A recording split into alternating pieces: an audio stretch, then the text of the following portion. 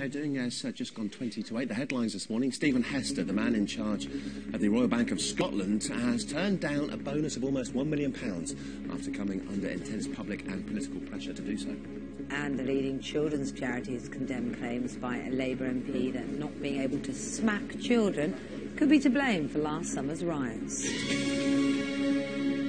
Now, any working mums out there will know just how delicate the balancing act between having kids and having a job can be. Well, more than 1,000 of you took part in our exclusive Women and Work survey, and this is what we found out. 25% of you think mothers who choose to work full-time when they don't have to are selfish.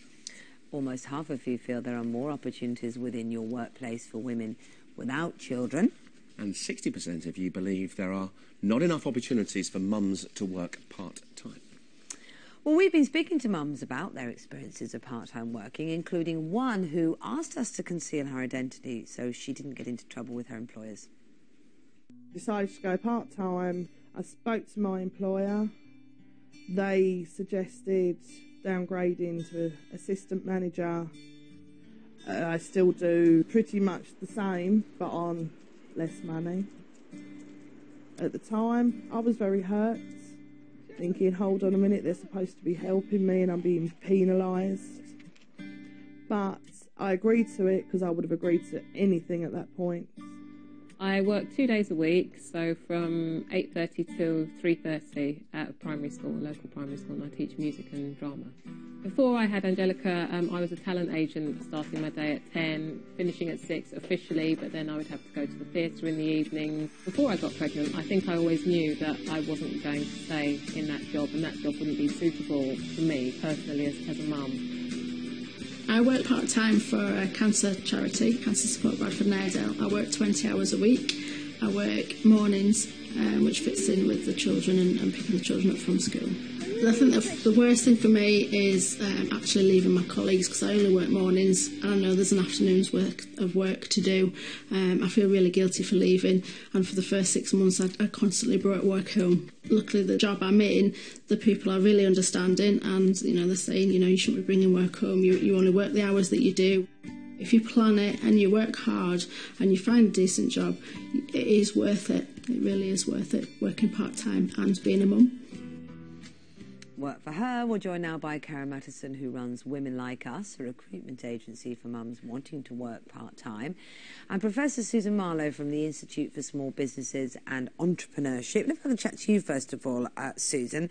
Is it going to be negative for people wanting to develop their career being part-time, in your view? Well, according to the research, yes, it is, because, listening to those interviews there, it's a case of you're damned if you do and you're damned if you don't. Because we have expectations, clearly, when women have children. You've got to be a good mum, you've got to take care of your child, you've got to give your child the best opportunity you can. But we educate women now, we're highly educated, so therefore if you step sideways from your career, then you're not being a good worker, and also if you stay in your career, you're not a good mum. And being part-time, in your view, means stepping sideways, does it? Well, the research would indicate that is the case. I mean, for many things that I've read, I've often seen the expression the death of career. Because there is a perception, which is not borne out in reality, but there is a perception that women give up their affiliation to the organisation because they are strongly affiliated to the home. And the case in point was the woman in the interview that said, I'm bringing work home, so I'm still doing a full-time job, but I'm doing it for part-time wages. What a bargain. Do you agree, Karen? Well, I think it's a really interesting time, I think, in sort of part-time and the perception of part-time, because we set Women Like Us 7 years ago because of the real hunger that we saw in women across London who desperately had skills, who had experience, who had management experience, but couldn't find anything to apply for. And that was my own personal situation. I've spent a year just waiting to see one job to apply for. And yet, on the other side, there are thousands of employers who want to access that talent, but on a part-time basis, because they get a great deal. They could get £40,000 person for £20,000. They get a great deal because they get all that experience, and they get someone who wants to have the income and the change of coming in part-time. But that doesn't equate to developing a career, does it? I mean, if you had to choose between someone who was full-time, say, for a managerial role, and someone that's part-time, Could you blame the employer for going for the person that was going to be there all the time?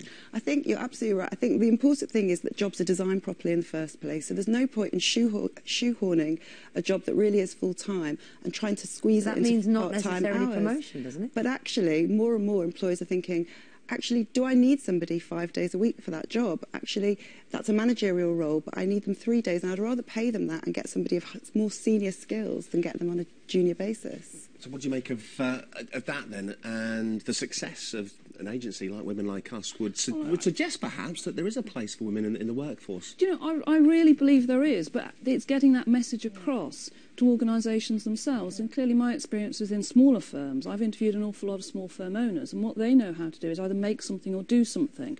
You know, they're not experts in managing people, and nor should they be. The first senior manager they employ is always a finance director. The last one they employ is a HR director, because generally a lot of them are either male-owned or family-owned companies, and they think, well, you know, sort of managing people's easy. It's not a difficult task, and yet what we find then is, you know, so there's a great deal of strategic opportunity which is lost.